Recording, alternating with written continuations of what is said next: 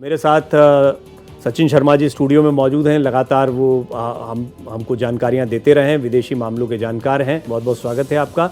विट्ठल चौधरी मेरे साथ एक बार फिर जुड़ रहे हैं। विट्ठल भाई कश्मीरी एक्टिविस्ट हैं, उन्होंने इस मुद्दे पर लगातार कई मौक़ों पर बातचीत की है। और सचिन जी, शुरुआत में आपसे करना चाहूँगा। अभी ये जो पूरा मामला सामने आया, इसमें मैंने भी एक बात रखी, अपनी एक एनालिसिस रखी है। आप अपनी समझ से कैसे दर्शकों को बताएंगे ये जो सीज़ फायर जिसको कहा जा रहा है वो क्या है? भारत का मकसद कितना पूरा हुआ? पाकिस्तान की अकल कितनी ठिकाने आई?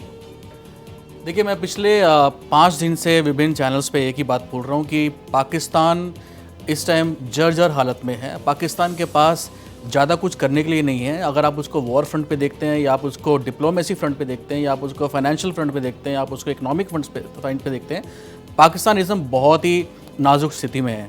अब पाकिस्तान ने क्या किया कि उन्होंने हमारे ऊपर ड्रोन से अटैक करना शुरू किया, उन्होंने हमारे को न्यूक्लियर बॉम्ब्स की धमकी दी। देखिए, बहुत से लोग सोचते हैं कि शायद जो पाकिस्तान है वो भारत को एक अच्छी टक्कर दे सकता है, लेकिन भारत एक बहुत ही सशक्त देश है। दूसरी बात, पाकिस्तान की ये सारी बातें हमें समझनी पड़ेगी कि वो कहीं ना कहीं इनडायरेक्टली वो चिल्ला के पूरी दुनिया को ये बात बताना चाह रहा था कि देखिए, भारत जो है वो मेरे पे हमला करना चाहता है, मेरी जो हालात हैं वो ज़्यादा अच्छे नहीं है, इसलिए हम चाहते हैं कि कोई भी देश बीच में आए और इसकी मध्यस्थता करे। अब देखें तो चाइना ने इस पर कोई ज़्यादा अपनी प्रतिक्रिया नहीं दिखाई। किसी और देश ने, इनफैक्ट अमेरिका ने भी ये बोला कि भारत सक्षम है, भारत इस चीज़ को अपने आप रिजॉल्व कर सकता है। लेकिन कल रात को जो हुआ, जिसकी वजह से देखा गया कि अभी तक तो ड्रोन के अटैक्स हो रहे थे, लेकिन कल रात को मिसाइल से अटैक शुरू हुए और हमारे जो मिलिट्री एयर बेसेस हैं, हमारे जो एयरफोर्स के एयरबेस है, उन पे अटैक होना शुरू हुआ। और इस वजह से अमेरिका को लगा कि अब शायद चीज़ें हाथ से बाहर निकलने वाली हैं। रही बात इसकी कि इस पूरे मैटर के अंदर भारत का क्या रुख है। देखिए, भारत के लिए ये एक डिप्लोमेटिक विन है। भारत के लिए ये जीत का परचम मैं बताना चाहूँगा, क्योंकि भारत ने हर उस टिक बॉक्स को चेक किया इस पूरे 4-5 दिन के इवेंट के अंदर, जहाँ पे उन्होंने डिप्लोमेसी को फॉलो किया, जहाँ पे उन्होंने सिविलियंस के ऊपर अटैक नहीं किया, जहाँ पे उन्होंने पाकिस्तान के आर्मी इस्टेब्लिशमेंट्स के ऊपर अटैक नहीं किया, और एक बड़ी ही सूझबूझ वाली नीति के साथ उन्होंने अपने आप को इस पूरे इवेंट के अंदर मीडिएट किया। अब रही बात इसकी कि हम इसको कैसे देखते हैं। देखिए, भारत ने अपने आप को इसमें बहुत ही स्ट्रॉन्ग पोजीशन में रखा है। अब समझने वाली बात यह है कि हम जो टर्म्स एंड कंडीशंस की बात कर रहे हैं, वो टर्म्स एंड कंडीशंस क्या हो सकते हैं। क्या हम कुछ पेनल्टीज़ की बात करेंगे, चाहे हम कुछ रेस्ट्रिक्शंस की बात करेंगे, और क्योंकि अमेरिका बीच में मध्यस्थता कर रहा है, तो कहीं ना कहीं हमें ये देखना पड़ेगा कि हमारे को अमेरिका के साथ क्या बेनिफिट मिल सकते हैं, हमें ग्लोबल ट्रेड लेवल पे क्या बेनिफिट मिल सकते हैं, हम जो मिलिट्री हमारे एस्टेब्लिशमेंट है, मिलिट्री लेवल पे हम पाकिस्तान के साथ क्या डिस्कशन कर सकते हैं, क्या टर्म्स एंड कंडीशन रख सकते हैं, वो चीज़ें बहुत ज़्यादा इंपॉर्टेंट होंगी। आने वाले दिनों में चीज़ें कैसे बदलेंगी वो भी समझने जैसा एक मसला है, उसको थोड़ा विस्तार से हम बात करेंगे। विट्ठल भाई, मुझे ये बताएं कि अभी जो वर्तमान स्थितियां बनी, हालांकि मैं जानता हूं कि आपने कहा था मेरे साथ ही बातचीत में कि ये छोटी मोटी ये झड़प जैसी चलती रहेगी, युद्ध जैसी स्थिति नहीं बनेगी। ऐसा लगता है कि कहीं पाकिस्तान अपनी इज्जत बचाने में था कि उसके 9 आतंकी ठिकानों पर हमला हुआ, ख़त्म कर दिए गए, तो उसके बाद अपनी जनता को क्या कहे, और इस तरह से मैसेजिंग देने का प्रयास किया। ये पिछले 2-3 दिन से जो भी चल रहा था, जो कि नाकाम प्रयास रहे, लेकिन उनके मीडिया ने खूब झूठ फैलाया। थोड़ी देर पहले सीज फायर का उल्लंघन हुआ है। मेरे पास रिपोर्ट्स आ रही हैं कि अभी LOC पे बहुत ज़्यादा गोलाबारी पाकिस्तान कर रहा है। तो सीज फायर होने के बाद ये वायलेशन है। और मैंने थोड़ी देर पहले भी मैंने ट्वीट भी किया और मैंने ये बताया कि हमें ये एक्सेप्ट करना है कि इंडिया एक रोग नेशन नहीं है, भारत एक रोग रिपब्लिक नहीं है। It is a democracy and 4th largest economy है दुनिया की। और डिप्लोमेटिकली भारत ने ये लड़ाई, जब इंडस वाटर IWT को उन्होंने जब बैन किया, तो मुझे लगता है कि एबियंस में रखा, तो तभी हम डिप्लोमेटिकली ये वॉर जीत गए थे। और आज भी बहुत ज़्यादा डिप्लोमेटिकली हम चले। और हमें ये पता था कि हमें ये पता था कि पाकिस्तान से टेररिज्म नहीं खत्म हो सकता। पाकिस्तान खुद terrorism is a terror state. उसकी इकॉनमी, उसका देश, उसका राजतंत्र ही टेररिज्म से ग्रस्त है। तो ये पाकिस्तान विल वायलेट, और इंडिया का जो बयान है उसको अंडरलाइन करके रखिए, that any act of terrorism will be act of war. तो ये दुनिया में सिर्फ 2 देशों ने अभी तक ये बोला है ऑफिशियली, एक इजराइल और यूनाइटेड स्टेट्स ने अलकायदा के खिलाफ बोला था। तो मुझे लगता है कि ये एक सीज फायर, एक this is only a full comma. अभी मुझे लगता है अभी ऑपरेशन सिंदूर जारी है, और जब तक पाकिस्तान को आप कंप्लीटली डिसइंटीग्रेट नहीं करते तब तक टेररिज्म स्टॉप नहीं होगा। ये मैं आपको पहले भी बोल चुका हूँ, मैं आपको आज भी बोल रहा हूँ। एंड आज की टाइम पे वी हैव टू स्टैंड, हमारी डिफरेंसेस ऑफ ओपिनियन हो सकते हैं हमारी राज्य सरकार के साथ, बट आज की डेट में आई थिंक और आर्मी और आर्म फोर्सेस, एयर फोर्सेस, उन्होंने अपना मेटल प्रूव किया है। हमारे DRDO के साइंटिस्ट ने, जिन्होंने वो आकाश सिस्टम्स बनाए और जिन्होंने हमारी मिसाइल्स बनाए, उन्होंने अपना मेटल बताया है। We are a self dependent nation, हमें किसी की जरूरत नहीं है। एंड हमें पता लग गया है कि हमारे दोस्त कौन है, हमारे दुश्मन कौन है वर्ल्ड में भी। तो मुझे लगता है कि it is a out and out victory of Bharat, and we should not be. हाँ, थोड़ा सा ये है कि हम एक आउट एंड आउट वॉर अब चाह रहे थे, क्योंकि हमारे बहुत सारे लोग हताहत हुए हैं अभी इस लड़ाई में। बट मुझे ये लगता है कि वी शुड अंडरस्टैंड कि डिप्लोमेसी और वर्ल्ड पॉलिटिक्स ऐसे नहीं चलती है। पाकिस्तान ने 5 बजे सीज फायर का वायलेशन हुआ, और मैं बहुत ही जिम्मेदारी के साथ बोल रहा हूँ, हमारे पास रिपोर्ट्स हैं कि सीज फायर का उल्लंघन हो चुका है, और बॉर्डर पर लगातार LC पे अखनूर में, जहां मैं आपको जगहों के नाम बताता हूँ, एग्जैक्टली मैं आपको बताता हूँ कहाँ कहाँ हो रहा है। I just getting a reports. चाम सेक्टर अखनूर में, RSपुरा में हो रहा है, और केरी बटाल में हो रहा है, कंचक में हो रहा है, और परगवाल में हो रहा है। दे आर जस्ट, वहां पे उन्होंने आर्टिफिशियल फायर शुरू कर दिया है, जबरदस्त गोलाबारी हो रही है इस टाइम पे। तो सीज फायर तो ऑलरेडी वायलेटेड है। आप पाकिस्तान जैसे स्टेट से क्या एक्सपेक्ट करेंगे? पाकिस्तान जैसे जगहों से जिनकी बुनियादी झूठ पे रखी गई है, आप उनसे एक्सपेक्ट करेंगे कि वो मानेंगे? उनको 1.3 बिलियन डॉलर्स का बेल आउट चाहिए था, उन्होंने वो ले लिया US से। उन्होंने और यूनाइटेड स्टेट्स को पागल बनाया उन्होंने हमेशा, वो उन्होंने आज भी बना दिया। और मुझे लगता है कि हमारे को अब दुनिया का डर नहीं है। हमने डिप्लोमेटिकली इंश्योर कर लिया है कि अगर कल या अभी कोई भी टेरर एक्ट हमारे ऊपर होता है, we can go to a full scale war against Pakistan. जी, मैं इसमें कुछ ऐड जी बोलिए। मैं इसमें ये ऐड करना चाहूँगा कि अगर हम इसको देखें कि ये पूरी भारत के पॉइंट ऑफ व्यू से ये क्या है, भारत के पॉइंट ऑफ व्यू से ये एक बहुत बड़ी डिप्लोमेटिक विक्ट्री है। उसका रीज़न क्या है? देखिए, जब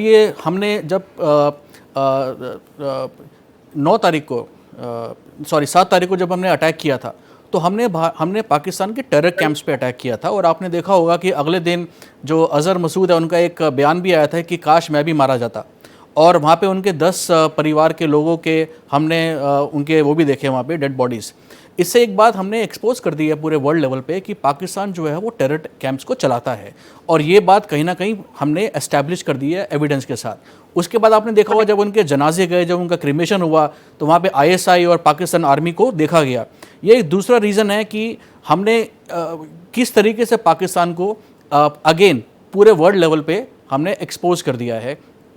और उसके बाद पाकिस्तान ने जब हमारे ऊपर अटैक्स करे, हालांकि हमने उनको, मैं इस पर आऊंगा थोड़ा सा और डिटेल में। सचिन जी, ये आपने बात बताई कि हमने सबक कैसे सिखाया, ये तो बात आ रही है, लेकिन एक सीज फायर उल्लंघन अभी होना, जो जिसके बारे में विट्ठल भाई बता रहे हैं, ये बड़ा गंभीर मसला है। और इसको भारत ने स्पष्ट कहा था कि एक भी गोली चलती है, सीज फायर का उल्लंघन होता है तो हम इसे युद्ध मानेंगे।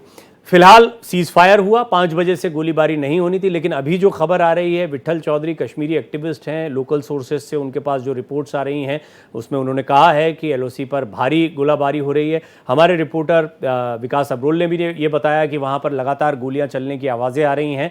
तो इस तरह का अगर वायलेशन या जो सीज़ फायर हुआ उसका उल्लंघन किया जाता है तो फिर ये गंभीर मसला है, जबकि भारत स्पष्ट तौर पर कह चुका है कि अब सीज़ फायर का उल्लंघन मतलब युद्ध की घोषणा होगी। तो सचिन जी, आप अपनी बात भी पूरा करें। और ये वाली बात कि पाकिस्तान पर भरोसा नहीं किया जा सकता है ऐसे हालात में, घायल सांप ज़्यादा खतरनाक होता है, वो फिर कहीं से भी फन उठाकर कुछ भी करता है। भारत मुस्तैद है, भारत तो हमेशा से मानता है ये तनाव के हालात नहीं भी होते तो भी हम पाकिस्तान की तरफ से कभी ऐसा सुरक्षित थोड़ी महसूस करते कि शांति से बैठे, पाकिस्तान कुछ नहीं करेगा। पाकिस्तान तो हमेशा इस ताक में रहता है। लेकिन फिर भी इन हालात में ये सीज फायर उल्लंघन या आने वाले दिनों में आपको क्या लगता है कि ये छुटपुट चलता रहेगा और बड़ा युद्ध या जो आसमान में ड्रोन मंडरा रहे थे इन सब पर विराम लग गया? देखिए पाकिस्तान एक दोहरे चरित्र का देश है। हम पहले इस बात को समझते हैं कि हम दोहरा चरित्र के बोल रहे हैं। देखिए अपने पर्सनल या अपने कंट्री के इंटरेस्ट के लिए या अपने अपने आर्मी के इंटरेस्ट के लिए, अपनी गवर्नमेंट के इंटरेस्ट के लिए, आपने देखा होगा कल उन्होंने अपना एयरबेस खोला और अपने एयरबेस के अंदर उनकी जो कमर्शियल फ़्लाइट्स थी वो चल रही थी। तो आप ये समझ सकते हैं कि जो देश ये सोच रहा है कि हम इन कमर्शियल फ़्लाइट्स को चला देंगे ताकि भारत हमारे ऊपर जवाबी हमला ना कर पाए, और वो अपने एक हवाई जहाज़ के अंदर तकरीबन 180-200 लोग तो होते ही हैं, अगर वो अपने 200 लोगों की जान जोखिम डाल सकता है तो वो देश किस चरित्र का होगा। अब पाकिस्तान क्योंकि अभी जैसे विठल जी बता रहे थे कि वहाँ पे सीज़ फायर का उल्लंघन हो रहा है। देखिए भारत को ये बात समझनी पड़ेगी कि हम पिछले 45 साल से पाकिस्तान के साथ एक प्रॉक्सी वॉर में है। 10 साल हमने कश्मीर में पंजाब में उनके साथ वॉर करी, 35 साल से कश्मीर में है। कितने लोग चले गए, कितनी बार सीज़ फायर का उल्लंघन हुआ है, कितनी बार सीज़ फायर का उल्लंघन हुआ है। जी जी कुछ कह रहे हैं आप, चलिए बोलें अपनी बात। 5 लोगों का हताहत हो गए हैं बॉर्डर पे अभी अखनूर के पास। ये आपका एक अपडेट है कि 5 लोग अखनूर के पास में हताहत हुए हैं। ये यानी पाकिस्तान ने सीज फायर का उल्लंघन किया, और न सिर्फ उल्लंघन किया, उनमें मोर्टार शेलिंग नहीं, तोपों से आरटी से शेलिंग कर रहे हैं। It's not mortar shelling, artillery firing हो रही है वहां पे। जी, तो ये बड़ी एक गंभीर खबर है। जी सचिन जी, मैं चाहूंगा इसको एड ऑन करते हुए चलें आप। जी, आर्टिलरी फायरिंग बता रहे हैं आप। देखिए जब से हमने पिछले 10-12 दिन से, पहले हमारे साथ जो पाकिस्तान का सीज़ फायर हमने उनके साथ साइन कर रखा था, लेकिन पिछले 10-12 दिन से सिर्फ सीज़ फायर का ही उल्लंघन हो रहा है। तो भारत को ये समझना पड़ेगा कि क्या ये ऐसा देश है जिसके ऊपर हम विश्वास कर सकते हैं। एक तरफ उनके प्रधानमंत्री कुछ बयान देते हैं, उनके रक्षा मंत्री कुछ बयान देते हैं, उनके रेलवे मिनिस्टर कुछ बयान देते हैं, उनके जो पाकिस्तान क्रिकेट बोर्ड के चेयरमैन हैं वो कुछ और बयान देते हैं। देखिए इस देश के ऊपर विश्वास नहीं किया जा सकता, और भारत ने बहुत अच्छा काम किया है कि उन्होंने कंडीशन लगा दी है कि अगर अब कोई सीज़ फायर होता है तो वो एक वॉर लाइक सिचुएशन होगी। और मुझे लगता है कि क्योंकि अमेरिका ने इसमें आके मध्यस्थता करी है, भारत ने कहीं ना कहीं अमेरिका का सम्मान रखा है, ट्रंप का साहब का सम्मान रखा है, क्योंकि भारत में हमारे प्रधानमंत्री मोदी जी और ट्रंप साहब जो है उनकी एक घनिष्ठ मित्रता है, और मित्रता की वजह से शायद उन्होंने इस बात को रखा हो, डिप्लोमेसी के पॉइंट ऑफ व्यू से भी देखा हो कि चलो ठीक है हम इस स्टेप को भी एक बार करके देखते हैं, क्योंकि पूरे दुनिया में इस बारे में बात हो रही है। लेकिन हमने कहीं ना कहीं पाकिस्तान को इस बात पे भी लॉक कर दिया है कि अगर ये दोबारा उल्लंघन होता है तो वो वॉर लाइक सिचुएशन होगी, और हम अब घर के अंदर घुस के मारेंगे। और जैसा कि विठल जी बता रहे हैं कि अगर वहाँ पे इस टाइप से आर्टिलरी शेयरिंग हो रही है तो भारत की सरकार को इस बात का एकदम कॉग्निजेंस लेना चाहिए, और अब हमें इस बात को एस्केलेट नहीं लिया जा रहा होगा। देखिए ये एक ऐसा मसला है, इसमें कुछ एक्सपर्ट्स का ये भी मानना है कि एक मड फाइट है। पाकिस्तान जो है उसके पास खोने को अब कुछ नहीं, वैसे ही टूटा फूटा है उसके अंदर से, तो वैसे ही जो हालात हैं बद से बदतर होते चले जा रहे हैं, चाहे अंदरूनी टूट हो। और आतंक को पालना पोसना, आतंक के ज़रिए अपनी राजनीति को चमकाना, या वहाँ पर कुछ चुनिंदा लोग हैं जिनकी पूरी अपनी इकोनॉमी, पर्सनल इकोनॉमी, पाकिस्तान की तो इकोनॉमी है नहीं क्योंकि वो लोन ले के काम चलता है उसका, लेकिन उनकी अपनी इकोनॉमी चलती रहे के लिए ये पूरा सिस्टम भी चलता रहे, वो इसको पालते पोसते रहते हैं। इनका खात्मा करना ज़रूरी है, भारत ने कुछ हद तक किया है, लेकिन जड़मूल नाश जो करने वाली बात है उसके लिए तो अभी वो लोग, ये जो सीज़ फायर होने के बावजूद, इतने बड़ा उस पर वक्तव्य आने के बाद, अमेरिका की मध्यस्थता के बावजूद, खुद ही गए होंगे अमेरिका के पास में, और जब अमेरिका ने मध्यस्थता कर दी है उसके बावजूद अगर ये सीज़ फायर का उल्लंघन कर रहे हैं तो ये बड़ा गंभीर मसला है। फिर ये बताता है कि भारत के पास भी अवसर होने चाहिए। लेकिन विठल जी, मैं समझ गया आपने जब शुरुआत की थी और तभी बताया था कि एक दिखावे का एक सीज़ फायर है, ऐसा आपका एक मंतव्य रहा, या आपने उसको ऐसे एनालाइज किया, और ऐसी स्थितियां दिख भी रही हैं, मैं आपसे सहमत भी हूं। तो आप क्या मानते हैं कि ये मतलब सीज़ फायर कहने को सीज़ फायर हुआ है, या फिर हम ये देखते हैं कि एक वो ड्रोन के ज़रिए, मिसाइल्स के ज़रिए लड़ाई हो रही है, और एक ये जो सीमाओं पर एलओसी पर जो एक मोर्टार के ज़रिए, तोपों के ज़रिए लड़ाई होती है, इसको एक अलग नज़रिए से देखा जाएगा? देखिए एक चीज़ हमें समझना है कि पाकिस्तान की जो पॉलिटिशियंस है, पाकिस्तान के जो पॉलिटिशियंस हैं, उनका वहां पे क्लाउड नहीं है जितना पाकिस्तानी आर्मी का क्लाउड है। और आसिफ मुनीर ऑलरेडी वहां पे डिसइंफ्राइज, मतलब इतना सीरियसली उसको आर्मी ले नहीं रही है, और शहबाज शरीफ तो वैसे ही इज अ क्लाउन।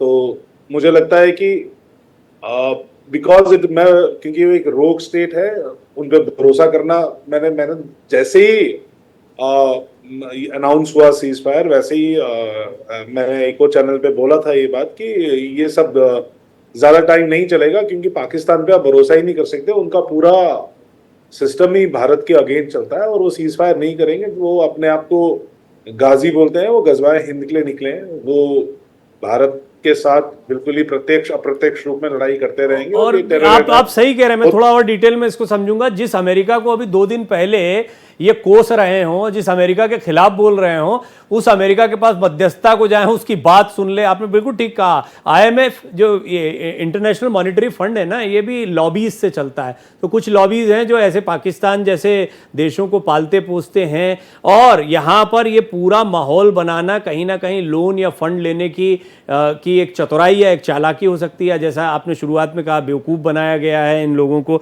और अमेरिका की वो बात सुनेगा, ये थोड़ा सा किसी के लिए भी संदेह भरी बात हो सकती है। आईएमएफ में जो प्राइमरीली जो अप्रूवल था वो अमेरिका का अप्रूवल था। आपको ये भी देखना है कि Pakistan is one of the biggest defence assets buyers also, और अमेरिका को सबसे ज्यादा अमेरिका और चाइना भेजता है। तो आईएमएफ का पैसा वापस वो वही आ जाता है। वो समझ उनके पास ही वापस जाना, तो घूम के अपनी जेब में आता है, अपने हथियार बेचना है। बड़े समझदार लोग हैं। दूसरा, चाइना को थोड़ा काउंटर करना है, क्योंकि पहले एक जमाने में इनकी गोदी में बैठा था, आजकल इनसे दूर हो गया है। तो वो धीरे धीरे वो भी, उनको ईरान का स्ट्रैटेजिक मूव भी देखना। तो सचिन भाई, अभी ये एक जो बात थी, आईएमएफ की भी बात आ रही है, बहुत सारे मसले आ रहे हैं, लेकिन आने वाले समय में अभी आप स्थितियों को हम देख रहे थे। डी एस्केलेशन ये सभी चाहते थे, भारत खुद भी चाहता था। भारत तो युद्ध चाहता ही नहीं था, भारत ने कहा ठीक है, हो गया। अब ये भी बात सही है कि आतंक खत्म नहीं हुआ। ये तो दिखा दिया पाकिस्तान ने कि आपने 9 ठिकानों में आतंकियों को मार दिया, फिर भी हम जैसे आतंकी तो बैठे हुए हैं जो सेना की वर्दी पहने हुए हैं। वो कहाँ ख़त्म हुआ है? और बल्कि हमने देखा कि जैसा उमर अब्दुल्ला बता रहे थे कि कितने मासूम जो है मारे गए, भारी तबाही की बात उन्होंने अलग अलग सेक्टर में कही है, बसाहट करनी पड़ेगी। तो बड़ा नुकसान भी हुआ है। और युद्ध में भले ही हम कितने ताकतवर हों, लेकिन पाकिस्तान जैसा दुश्मन होता है तो फिर वो कुछ ना कुछ नुकसान पहुंचाता है। ऐसे में युद्ध ना हो, ये बेहतर स्थिति होती है। क्या लगता है आपको कि कूटनीतिक तरीके से या पाकिस्तान के अंदरूनी हालात से ही वो जो जूझ रहा है उसमें कमज़ोर पड़ रहा है? सिंधु जल समझौते को सस्पेंड करना हो, आर्थिक मोर्चे पर उसे कमज़ोर करना हो, जैसी बहुत सारे तरीके हैं जिससे आगे पाकिस्तान को थोड़ा काबू में रखा जा सकता है। देखिए, पाकिस्तान जो है वो एक ऐसी स्थिति में फंसा हुआ है जिसको हम बोलते हैं कैच 22 सिचुएशन। आप देखते हैं, एक तरफ वो तालिबान से घिरा हुआ है, एक तरफ वो हिंदुस्तान के साथ बॉर्डर खोल के बैठ गया अपना। एक आप देखिए बालूचिस्तान में जो बालूचिस्तान लिबरेशन आर्मी है वो रोज़ाना उनके लोगों को मार रही है। तो पाकिस्तान इस सिचुएशन में नहीं है कि आज वो किसी भी एक वॉर को सस्टेन कर पाए। अब समझने की बात यह है कि अगर अमेरिका बीच में मध्यस्थता कर रहा है तो ऐसा क्या हुआ है कि अमेरिका बीच में मध्यस्थता कर रहा है? क्या अमेरिका को पाकिस्तान के बैकग्राउंड का नहीं पता? क्या अमेरिका को नहीं पता कि जो पाकिस्तान है वो एक टेररिज्म ड्रिवन इकोनॉमी है? क्या उनको ये नहीं पता कि अगर पाकिस्तान टेररिज्म नहीं प्रमोट करेगा तो उनकी इकोनॉमी जो है वो ख़त्म हो जाएगी, जो भी कुछ बची हुई है? पूरा इस मामले में मेरा जो व्यू है ये है कि हमें अमेरिका का भी पॉइंट ऑफ व्यू समझना पड़ेगा, क्योंकि आज अमेरिका जो है वो एशिया के अंदर अपना अपने आप चाइना को काउंटर करना चाहता है, और कहीं ना कहीं वो चाहता है कि जितने उसके एलाइज बने एशिया के अंदर वो बहुत इंपॉर्टेंट है। जितने उसके एलाइज एशिया में बनेंगे उतने ही लोगों को वो अपने हथियार भी बेच पाएगा। अभी चाइना के जो ड्रोन्स हैं या जो टर्की के जो ड्रोन्स हैं वो तो सारे ख़राब हो गए। तो कहीं ना कहीं चाइनीज़ जो वेपनरी है, चाइनीज़ जो आर्म्स एंड एम्यूनिशन का जो मार्केट है वो कहीं ना कहीं एक्सपोज हो गया, और एक बहुत ही बड़ी अपॉर्चुनिटी है अमेरिका के लिए। आपने बड़ा महत्व का बिंदु उठाया है। हालांकि इतने बिंदु हो जाते हैं कि समझ नहीं आता किस विषय पे बात की जाए। एक तरह से वहाँ पर पाकिस्तान को ये हथियार देकर कहीं ना कहीं इन सारे हथियारों की जांच पड़ताल भी चल रही थी, इनकी एफिशिएंसी देखी जा रही थी, भारत के डिफेंस सिस्टम के आगे क्या है। जी विठल भाई बोले, आप कुछ कहना चाह रहे हैं? देखिए, जैसे हम बात कर रहे हैं, अभी मुझे जम्मू से समाचार आया, वहाँ ब्लैकआउट कर दिया गया, ड्रोन अटैक हुआ है। वहाँ फिर से aerial defence, anti defence missiles वगैरह चली हैं और जम्मू पूरा ब्लैकआउट कर दिया गया है। एक समाचार ये भी है, पुष्टि नहीं है उसकी, कि जप्ती के पास आर्मी एम्यूनिशन कैंप है, वहाँ पे 2 ड्रोन्स को विफल कर दिया गया है। ये मुझे मेरे जो लोग हैं वो जम्मू से बता रहे हैं, क्योंकि वो देख रहे हैं टीवी पे मुझे, that is why they are telling me, वो मेरे को मैसेज कर रहे हैं कि आप बोलो। तो नहीं आप बताएं, ये तो बहुत ज़रूरी है। देखिए, मैं मानता हूँ विठल चौधरी बहुत जिम्मेदार, एक तो कश्मीरी एक्टिविस्ट तो हैं ही, लेकिन कश्मीर के मुद्दों को जितना गहराई से जानते हैं मैं भी नहीं बता सकता। मैं तो हर मुद्दे पर आकर बोल दूंगा, लेकिन कश्मीर को जैसे आप जानते हैं, वहाँ पर जो आपके सोर्सेस हैं, जो आपको जानकारी दे रहे हैं, वो ज़्यादा महत्व की बात है। माय फैमिली इज देयर, मेरी बहन है, मेरे चाचा हैं, सब वहीं पे जम्मू में ही है, वो मेरे को बता रहे हैं, मेरे सोर्सेस मेरे घर वाले हैं। तो मैं कहूंगा कि एक बार फिर आप वो जानकारियां दें दर्शकों को, भारत एक्सप्रेस के दर्शकों को, जितने दर्शक सुन रहे हैं वो जान ले कि जम्मू में एक बार फिर ब्लैकआउट की खबर, जो विट्ठल चौधरी बता रहे हैं, उनका परिवार वहां पर है, उन्होंने जानकारी दी, अभी लाइव में मेरे साथ बैठे हुए हैं विट्ठल भाई, वो बता रहे हैं कि यहाँ ड्रोन से फिर अटैक हुआ है जैसा कि पहले होता रहा। और क्या जानकारियां हैं आपके पास? ऐसा कहा जा रहा है कि सीज फायर वायलेशन अखनूर वगैरह के पास तो लगातार चल रहे हैं। वहां पे हैवी आर्टिलरी फायरिंग और स्मॉल आर्टिलरी फायरिंग भी हो रही है, और जम्मू में ब्लैकआउट कर दिया गया और आवाज आ रही है गोलाबारी की, जैसे डेली ड्रोन अटैक के टाइम आ रही थी ब्लास्ट की आवाज, और लगातार वहां पे आवाजें आ रही हैं। ऐसा ऐसा मेरे पास इंफॉर्मेशन आ रही है। और आप मेरे अपने रिश्तेदार बोल रहे हैं। आप इसको कैसे देख रहे हैं आने वाले दिन, मतलब इस वायलेशन को कैसे देख रहे हैं? देखिए, मैं तो पहले दिन से, और मैं चाहता, और ये अगर आपको ये इस बात को समझना है, पाकिस्तान की नियति में उसका डिस्ट्रक्शन लिखा हुआ है, और अब भारत पीछे हटा तो हमारी कमजोरी है। अगर ये बात सच है कि उन्होंने उल्लंघन किया है, अभी भी अटैक चालू है।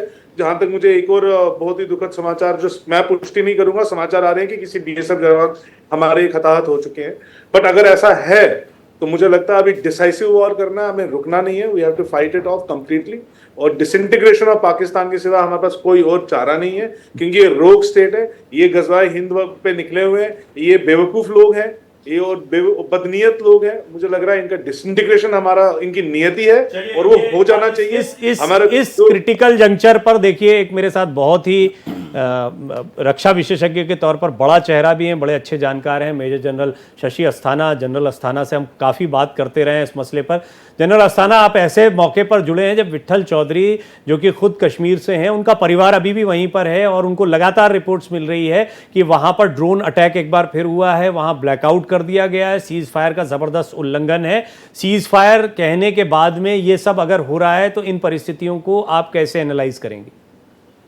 देखिए, सीज फायर करने के बाद में अगर ये हो रहा है तो इस परिस्थिति को मैं ऐसे एनालाइज करूंगा कि जाहिर है कि ऑर्डर नीचे तक पहुंचने में थोड़ा वक्त लग जाता है, और शायद किसी ने कुछ किया होगा, और हमारी जो सेनाएं हैं उनको इसका भी जवाब मुंह तोड़ देना चाहिए। अगर उन्होंने फायर किया है तो मेरे दिमाग में कोई डाउट नहीं है कि हमें उससे डबल फायर कर देना चाहिए सीज फायर के बावजूद भी। ये तो हुआ मिलिट्री रेस्पॉन्स, क्योंकि जब मैं लाइन ऑफ कंट्रोल पर कमांडिंग ऑफिसर था तो जब तक वो बंद नहीं हो जाते थे तब तक हमने फायर बंद कभी किया ही नहीं। तो ये तो हो गया इस रेस्पॉन्स की बात। अगर ऐसा है तो जाहिर है कि हमारी जो सेना है वो इसी मुताबिक जवाब देगी, सीज फायर और नो सीज फायर। अगर वो फायर कर रहा है लाइन ऑफ कंट्रोल के दूसरी साइड तो उसको मुंह तोड़ जवाब वैसे मिलेगा, पहली बात। जहाँ तक सीज फायर का सवाल है, इसमें कोई दो राय नहीं है कि जो कुछ भी हुआ पिछले 3 दिन में, यानी कि 7 तारीख के बाद, एक कड़ा मैसेज गया जब हमने उनके सारे टेरर कैंप को बर्बाद किया, और टेरर कैंप बर्बाद होने के बाद जाहिर है कि पाकिस्तान ने अपने इज्जत बचाने के लिए, उनकी मिलिट्री की इज्जत बचाने के लिए उन्होंने फायरिंग शुरू की और उन्होंने ड्रोन्स भेजे। मेरा अपना मानना है कि उस टाइम में ये नेगोशिएशन शुरू हो गया होगा, क्योंकि वो उनकी जो स्ट्रेटजी है और जो उनकी रणनीति है उसके मुताबिक हमें पता है कि वो भी जानते हैं कि भाई हम कमज़ोर हैं, हमारे पास कन्वेंशनल हथियार उतना नहीं है, और उनकी हमेशा स्ट्रेटजी ये रहती है कि थोड़ा फायर करो अपने लोगों को दिखाने के लिए और सीधा भाग जाओ अमेरिका के पास में कि भैया मेरे को किसी तरीके से भारत को रोक लो कन्वेंशनल लड़ाई लड़ने के लिए। तो यही चीज़ उन्होंने इस बार भी की, और नेगोशिएशंस अमेरिका की तरफ से चल रही होंगी। तो जाहिर है कि उन्होंने, जो आप देखें पहले दिन जितने भी ड्रोन उन्होंने भेजे, वो ड्रोन में एमुनिशन नहीं था। तो जाहिर है कि उसके बाद में उन्होंने दुनिया भर का प्रोपेगेंडा किया, जो आप लोगों ने टेलीविज़न के ऊपर भी दिखाया और उसका तोड़ भी दिखाया। सब जगह ये बताया गया, उसकी प्रोपेगेंडा पूरा झूठ प्रोपेगेंडा साबित हुआ, क्योंकि वो अपनी जनता को बताना चाह रहे थे कि नहीं, मैंने बहुत नुकसान कर दिया और मैंने जवाब ले लिया वगैरह वगैरह। अब लेकिन एक बड़ी सिचुएशन उनके सामने आई, और वो सिचुएशन ये थी कि अमेरिका ने उनको साफ बोल दिया, भैया पैसा चाहिए तो ये फालतू की बकवास बंद करो। अच्छा, दूसरी चीज़ जो है, हमने पूरे इंटरनेशनल कम्युनिटी में वो जो देखा कि जब टेररिस्ट का जनाजा निकला तो उस जनाजे में उनके मिलिट्री अफसर थे, एक रीत गई थी आसिफ मुनीर की तरफ से। आसिफ मुनीर की स्पीच पूरे वर्ल्ड ने सुनी, और उसके बाद में एक तरीके से इनको कुछ और भी मेरे विचार से कुछ जो एडवाइजेज हैं वो मिली हैं और उसके बाद में ये बातचीत हुई है। अब इसमें क्या है कि जाहिर है कि भारत बहुत स्ट्रांग पोजीशन में था और इन 3-4 दिनों में भारत ने न सिर्फ सहनशीलता के साथ साथ एक प्रोफेशनलिज्म का प्रदर्शन किया। आपने देखा होगा हर जगह ड्रोन फायरिंग हो रही है लेकिन 100% ड्रोन कहीं नहीं रुक पा रहे हैं और भारत की एयर डिफेंस ने ये करके दिखाया कि जितने भी ड्रोन उन्होंने मारे एक भी असरदार नहीं हुआ। जो भी कैजुअलिटी हमारी हुई हैं वो एलसी फायरिंग पर हुई हैं, जो हैवी आर्टिलरी फायरिंग पे जो कैजुअलिटीज हुई हैं। ड्रोन से कोई कैजुअलिटी नहीं हुई। एक घर में जरूर अकस्मात आग लग गई थी जिसमें 3-4 इंज्योर हुए थे। तो भारत की ये जो टेक्निक है, ट्रेनिंग है, सुपीरियोरिटी है मिलिट्री प्रोफेशन में, ये एक उभर के सामने आई। और जहां तक पाकिस्तान का सवाल है, ये भी उभर के सामने आया कि हमने 9 के 9 टारगेट मारे और एक भी इंटरवीन नहीं हो पाया। इसका मतलब उनका एयर डिफेंस इतना कमजोर है और ये चीज उनको पता थी। और उसके बाद में आपने देखा होगा कि जब उन्होंने ये ड्रोन मारे तो हमने उनके काफी सारे एयरपोर्ट जो उनकी एयर डिफेंस है और एयरपोर्ट है वो बर्बाद कर दिए। तो ये भी साफ नजर आ रहा था कि इसके बाद में अगर नेक्स्ट लेवल जाता है तो हमारे एयरक्राफ्ट को रोकने के लिए उनके पास कुछ बचा नहीं। तो ये सिचुएशन के ऊपर पहले भी बहुत बार हुआ है, भारत की मिलिट्री ने एक ऐसी सिचुएशन पैदा की जिसमें पाकिस्तान घुटने टेकने की हालत में आ गया। इस बार भी हुआ है। लेकिन सर मुझे बड़ा अच्छा ये लगा आपके एनालिसिस में क्रिटिसिज्म भी होगा कि जी हाँ, मैंने अभी ये एनालिसिस इसी से शुरुआत की थी। अब मेरे पास कम से कम ये कहने को है कि मेजर जनरल अस्थाना ने भी इसी बात को कहा है कि पाकिस्तान ने सिर्फ और सिर्फ अपनी इज्जत अपने घर में बचाने के लिए, पहले अपने लोगों को जवाब देने के लिए कि आए 9 के 9 ठोक दिए तुम्हारे हेडक्वार्टर्स, सब सारे के सारे जिनको तुम आका बनाते थे, जो आतंकी हैं भारत के, उनको ठोक दिया गया। अब क्या करें? तो साहब इन्होंने ड्रोन उड़ाए 3-4 दिन और अपने मीडिया पे ज्यादा बड़े ड्रोन उड़ाए और बताया कि भारत में ये कर दिया, ये तबाह कर दिया, वहां गिरा दिया, इतना नुकसान कर दिया का एक झूठ का पुलिंदा क्रिएट किया। और फिर बाद में ये जो सीमा पर करते रहे, भारत ने कह दिया जब हमारे यहां मासूमों की मौत हुई कि अब क्लियरली एक दिन और तुमने ये किया है तो युद्ध का आगाज होगा। और कल जिसके बारे में फिर पुष्ट भी किया एमईए ने कि इनके एयरबेस पर जो हमला किया गया वो भी कामयाब रहा। इससे साफ हो गया कि पाकिस्तान का कोई कोना ऐसा नहीं है जहां भारत की मार ना हो, बस भारत को उस पर एक डिसीजन लेना है, युद्ध का एक फैसला लेना है और पाकिस्तान खत्म है। और मुझे लगता है कि पाकिस्तान भी इस बात को जानता था। क्या ये कहें कि पाकिस्तान की तरफ से एक छद्म युद्ध चलता रहा है? नहीं, बिल्कुल पाकिस्तान इस बात को जानता है, लेकिन उनकी जो मिलिट्री है वो ये नहीं चाहती कि हमारी पूरी तरीके से हमारा वर्चस्व खत्म हो जाए और अमेरिका भी ये नहीं चाहता।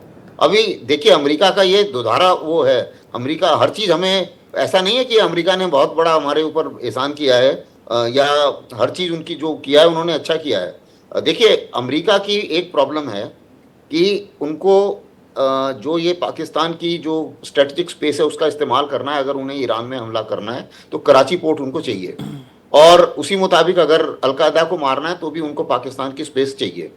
और वो ये जानते हैं कि वहाँ के पॉलिटिशियंस पावर नहीं है तो पाकिस्तान मिलिट्री को वो ख़त्म नहीं होने देना चाहते भारत के आगे। एक बार मैं एक पुराने एम्बेसडर थे उनसे मेरी बात हुई थी और उन्होंने ये बताया था F-16, जब मैंने पूछा उनको कि आपने F-16 क्यों दिए इनको, उनके एम्बेसडर थे जो भारत में थे, तो उन्होंने यही बताया उस समय कि ये हमारे लिए लड़ाई लड़ रहे हैं अफगानिस्तान में और हम ये चाहते हैं और ये लोग हमें कहते हैं कि भारत मुझे कभी भी ख़त्म कर देगा तो मुझे कुछ ऐसा दो जिससे मैं ख़त्म ना हूँ, इसलिए हमें F-16 हमें देने पड़े। तो ये पाकिस्तान जो अमेरिका है वो डबल गेम खेल रहा है। जो कुछ भी अमेरिका ने किया है वो अपने इंटरेस्ट के लिए किया है, ऐसा नहीं है कि उसने भारत के इंटरेस्ट के लिए किया है। लेकिन भारत का जो अपना नजरिया है इसमें 2 बातें आएंगी फेवर में। तो ये है कि देखिए लड़ाई से कुछ हासिल होगा नहीं। अमेरिका 20 साल लड़ा अफगानिस्तान में और ऐसा तो नहीं है कि 100% टेररिज्म खत्म हो गया, तो 100% टेररिज्म यहाँ भी खत्म नहीं होगा। सतर्क हमें रहना पड़ेगा। ये लोग ये टेररिज्म वाले जो हैं ये खत्म नहीं होने वाले, ये फिर वार करेंगे और फिर हमें सबक सिखाना पर सर इनका F-16 भी मार गिराया, JF-17 भी मार गिराया, इसका मतलब उतारे तो थे इन्होंने विमान। देखिए जो भी ये कहानी हुई है मार तो पड़ी है, इसमें कोई शक नहीं है। अब जो भी मार पड़ी है उसका भी इनको खामियाजा तो भुगतना पड़ेगा। लेकिन सवाल इस चीज का है कि ये भी नहीं कह सकते हम कि ये 100% जो है ये दोबारा ये टेररिज्म या दोबारा ऐसा टेरर एक्टिविटी नहीं होगी, ये भी कहना मुझे नहीं चलिए, लगता कि हमें एक इसको मान के लाइन में बैठ एक बात तो स्पष्ट है। देखिए, भारत की कार्रवाई का जहां तक सवाल है तो भारत ने तो ये कहा था ऑपरेशन सिंदूर हमारी कार्रवाई थी, न्याय हुआ, न्याय मिला, जय हिंद, बात खत्म हो गई। यानी भारत की कार्रवाई उस ऑपरेशन सिंदूर तक, उन 9 ठिकानों को ध्वस्त करने तक सीमित थी और भारत इससे संतुष्ट था। इसके बाद जो कुछ हुआ है वो पाकिस्तान का अपना प्रोपेगेंडा है। विट्ठल चौधरी लगातार आपको जानकारी दे रहे हैं, कश्मीर में परिवार है, और अब ये खबर बहुत मीडिया सोर्सेज से भी पुष्ट हो रही है। हमारे सहयोगी विकास अब्रोल ने सबसे पहले बताया था कि सीज फायर का उल्लंघन हुआ है। विट्ठल चौधरी लगातार आपको डिटेल में बता रहे हैं कहाँ कहाँ पर क्या क्या हो रहा है। उनके परिवार के लोग वहाँ पर मौजूद हैं, उनको जो सूचनाएं मिल रही हैं वो साझा करते रहे। विट्ठल भाई, कोई अपडेट हो तो बताएं, फिर मैं जनरल अस्थाना के पास जाऊंगा। इस पर कुछ इंदिरा नगर श्रीनगर में सायरन की आवाजें सुनाई दे रही हैं। बारामूला में एक बड़ा विस्फोट की आवाज भी आई है, क्योंकि मेरे रिश्तेदार, मेरे दोस्त सारे इन्हीं जगहों पे हैं, तो ये सब फर्स्ट हैंड इंफॉर्मेशन है मेरे पास। और मैंने पुष्टि 3-4 बार की है और सबने यही बोला है कि ये सब हुआ है। जनरल अस्थाना, ये अब वो दौर नहीं है कि कोई चिट्ठी विट्ठी आएगी, कोई हरकारा आएगा, उसके बाद सूचना मिलेगी। मतलब आपने कहा जरूर कि वो नीचे की कमांड जाने में टाइम लगता है, बट इतने बड़े डिसीजन के बाद में ये कमांड का कम्युनिकेशन नहीं हुआ होगा, ये थोड़ा सा अजीब लगता है। नहीं, कमांड का ये सवाल इस चीज़ का नहीं है। कम्युनिकेशन तो इमीडिएट हो गया होगा, उन्होंने टीवी में भी देख लिया होगा, वो बात नहीं है। होता क्या है कि जब ये फौजें एक आगे पीछे क्या कहते हैं, एक दूसरे के ऊपर वार कर रही होती है ना, तो जूनियर लेवल पर ऐसा नहीं है कि एकदम ही सब मान जाते हैं। क्योंकि मेरे को भी याद है कि कितने एक्सचेंजेस हम ऐसे होते थे जो हम रिपोर्ट ही नहीं करते थे। और जाहिर है कि कुछ ना कुछ लोग वहाँ पर बैठे होंगे, पाकिस्तान की साइड में भी ऐसे बैठे होंगे। तो अगर इन्होंने फायर किया है, देखिए उनका जो फायर हमारी तरफ आता है वो तो हमें पता चल जाता है, हमारा जो फायर उनकी तरफ जाता है उसका क्या रिजल्ट हुआ वो हमें नहीं पता चलता है नॉर्मली। अगर आप देखें कि मैं वहाँ रहा हूँ, इसलिए मैं आपको बता रहा हूँ कि जाहिर है कि अगर उन्होंने फायर किया है तो फायर का जवाब भी दिया होगा। अगर हमारे 4 जवान मारे गए और आई थिंक 15-16 सिविलियन मारे गए हैं, तो जब उन्होंने आरटी शेलिंग खोली थी तो हमारी भी आरटी फायर हुआ है, काउंटर आरटी फायर हुआ है, और उनके भी वहाँ पर कैजुअलिटीज हुई होंगी, क्योंकि एलसी से गायों उनके भी लगे हुए हैं सारे। और जो एरिया वेपन होता है, जब आर्टिलरी शेल फायर होता है तो उसका स्प्लिंटर वहीं पे नहीं रहता, एक पॉइंट टारगेट पे नहीं जाता, वो लेफ्ट राइट जाता ही जाता है।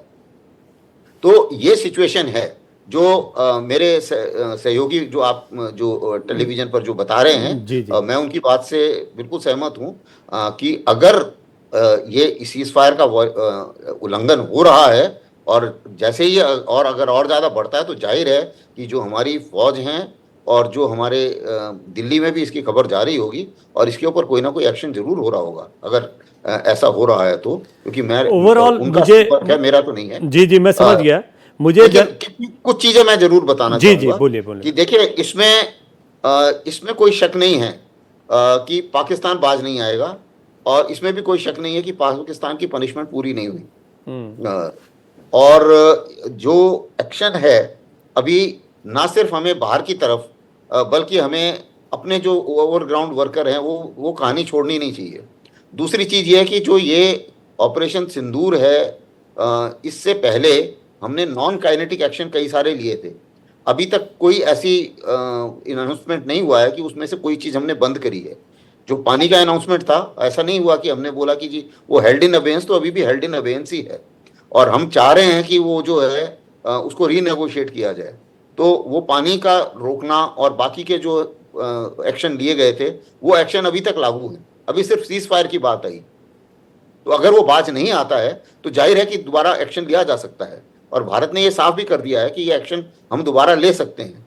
अब ये देखना पड़ेगा कि क्या सिचुएशन है, कितनी ज़्यादा सिचुएशन है, क्योंकि अभी आपके चैनल से एक खबर आ रही है, जाहिर है कि आर्मी के पास में और जिन्होंने डिसीजन लेना है उनके पास और भी खबरें होंगी। लगातार भारत एक्सप्रेस पर सबसे पहले आपको जानकारी मिलती रही, क्योंकि इत्तेफाक से विट्ठल चौधरी मेरे साथ मौजूद हैं। विट्ठल विट्ठल भाई के सभी परिवार के लोग जो हैं वो अलग अलग इलाकों में हैं, तो बहुत सारी जगहों से वो ये जानकारियां जुटाकर आप तक पहुंचाते रहे कि किस तरह से जम्मू में सीज़ फायर का उल्लंघन हुआ है, एलओसी पर एक बार फिर सीज़ फायर का उल्लंघन हुआ है। हालांकि शाम के समय ही विकास अब्रोल हमारे जो सहयोगी हैं उन्होंने सबसे पहले सूचना दे दी थी कि लगातार गोलियों की आवाज़ सुनाई दे रही है, ऐसा लगता है कि सीज़ फायर का उल्लंघन हुआ है। और बढ़ते बढ़ते देखिए ये सीज़ फायर का उल्लंघन थोड़ा बड़ा हो गया। विकास एक बार फिर मेरे साथ जुड़ रहे हैं। विकास, ताज़ा अपडेट।